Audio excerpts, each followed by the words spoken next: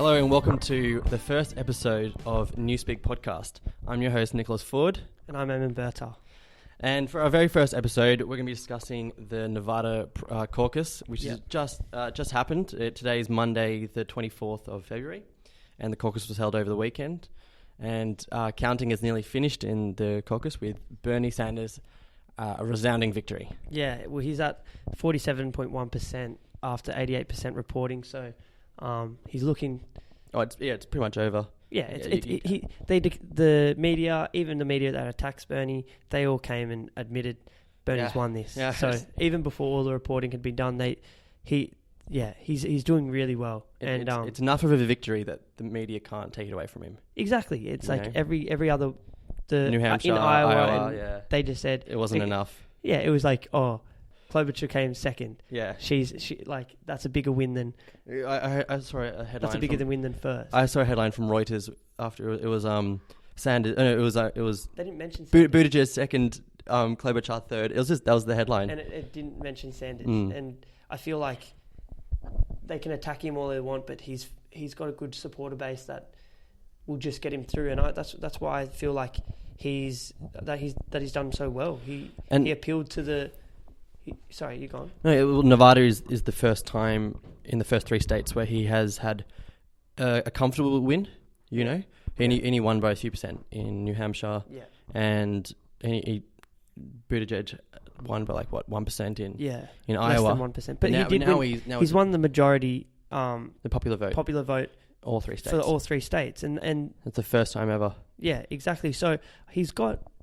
I feel like his campaign has appealed to everyone. He used to be questioned and attacked about only appealing to white young voters, but now he's appealed to Latino voters. He's appealed to black voters. He's appealed to a diverse set of community. Yeah, and that's an area that I feel Nevada's really shown that because Nevada's a very diverse state. Yeah. And so. He strengthened that, I feel, compared to other times when he's run for president or he's campaigned or whatever. And just one thing, Sanders, just a stat or whatever, it's just some facts to throw it out justify. Sanders is winning the men and women vote. He's winning whites and Latinos. He's winning voters aged 17 to 29, voters aged 30 to 44, voters aged 45 to 65, those with college degrees and those without, Liberal Democrats by quite a margin, and moderate and conservative voters by a narrow margin, and union and non-union households. So the same? Does it say something for Joe Biden underneath that? Joe Biden's winning the black votes. Yeah, okay, yeah. But it was still quite a small percentage. I think it's 8%. Sanders is second in that. Yeah. So I feel like the attack that on Sanders, that they're all Bernie bro, all these white Bernie bros, white sexists, exactly. Males that are out to attack the female candidates. And he appeals to the LGBT community. He appeals to a range of different communities because he's always, and this is one thing that whenever someone has endorsed Bernie, they've always pushed that Bernie has always pushed for the rights of everyone. The civil rights movement, the women's rights movements. He's been there and done that. It's throughout the entire campaign so far, the amount of people that have said I'm not endorsing. I don't want another rich white male to lead the party. He's a sexist. He's not pro woman. I feel it's ridiculous. But then he's got the squad that has come out and endorsed him, AOC, Rashida Tlaib, Ilhan Omar, have all come out and endorsed Marianne Bernie. Williamson. Yep. He's and Marianne Williamson, she ran for president. She was in the primaries for the Democratic primaries, and she pulled out. But she endorsed Sanders. She was abstaining from endorsing anyone early on, but now she's... Yeah, no, I did see that. She didn't want to endorse someone because she believed that she wanted to have a good view. I thought she might have abstained for the whole time, but she obviously can, and she evidently has seen that Sanders has this good campaign enough to beat Trump. I feel like the best, it shouldn't be based on beating Trump. It should be based about policy, but this is about beating Trump. He's got such a big fan base in the Republicans, and he just came out with his highest approval rating by independents. So we need someone that appeals to those voters. And what Marianne Williamson said, she said he won Iowa, he won New Hampshire, he won Nevada, and she compared the campaign to the civil rights and women's rights movements. So she's not saying that they're the same thing, but she's saying that the attack that the attack that they had is very similar, and the way that he's able to push through that and get through all these attacks and whatever to win Nevada by a massive margin.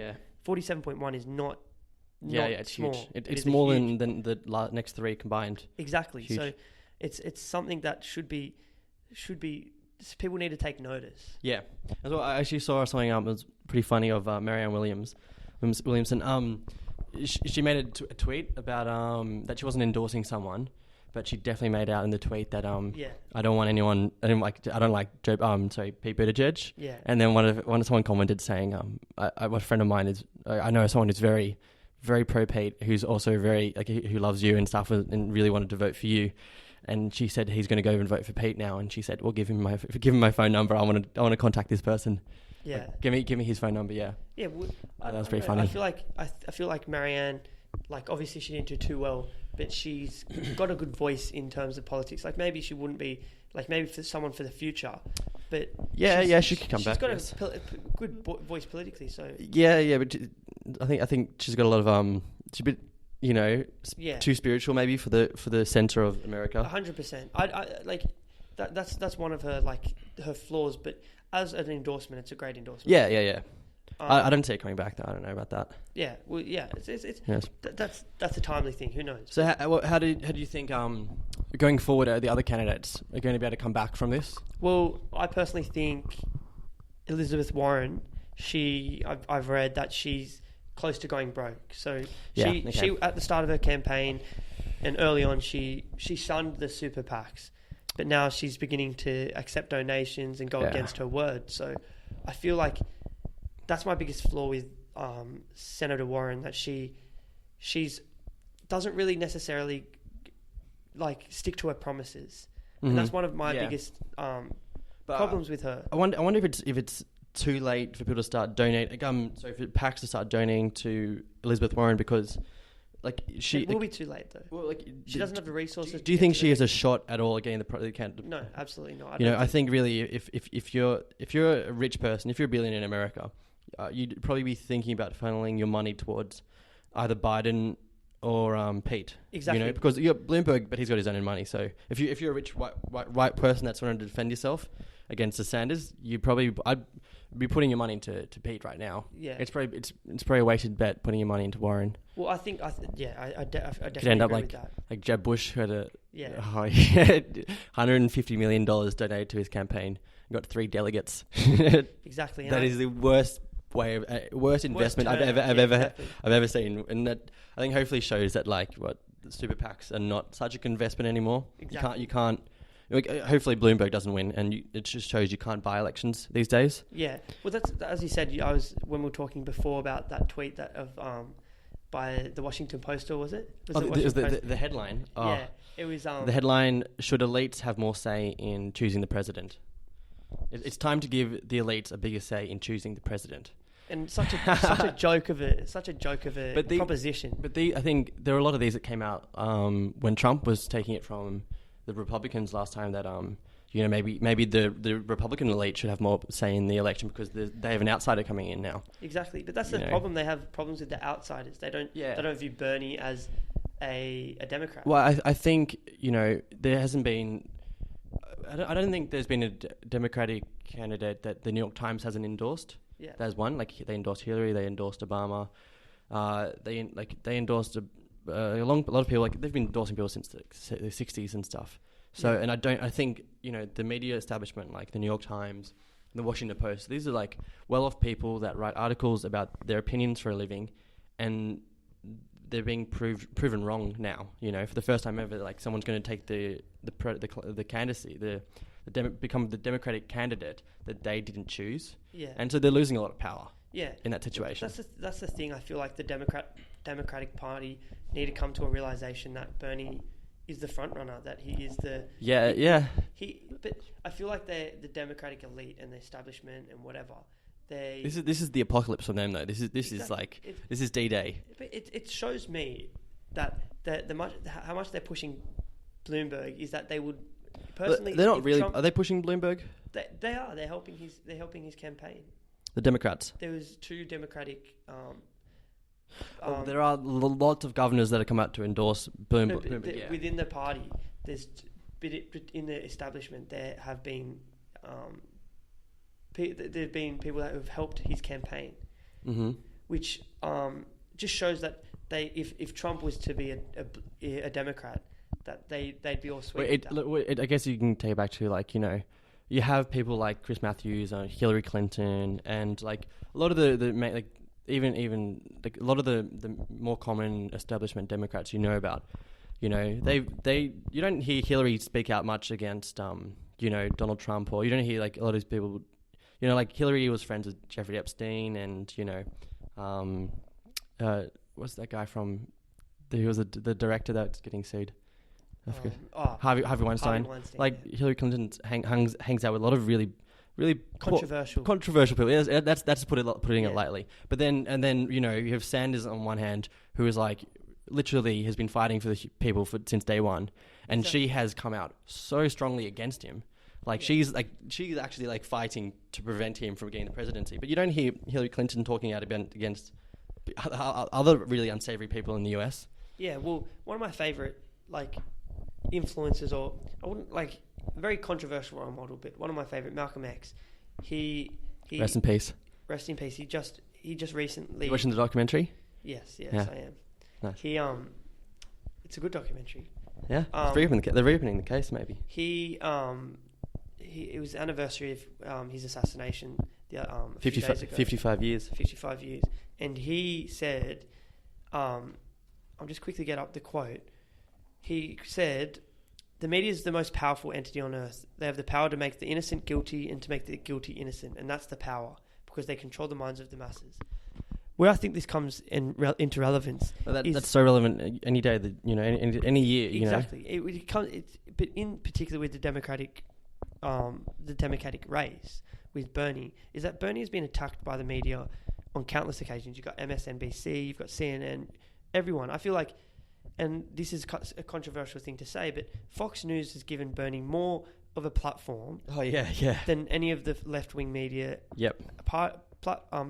Mediums. But it's strange that you hear people like Chris Matthews that come out, who's supposed to be on the left, and he says, "I'd rather vote for Trump than Bernie." And then you have people on Fox that are saying Bernie's being destroyed by the mainstream in CNN and MSNBC. So I do feel like it's weird by the Fox to. It's weird that Fox is being much nicer to Bernie than exactly. MSNBC but I feel like it's a political position of theirs to be sort of in a sense pro Bernie up until the presidential election.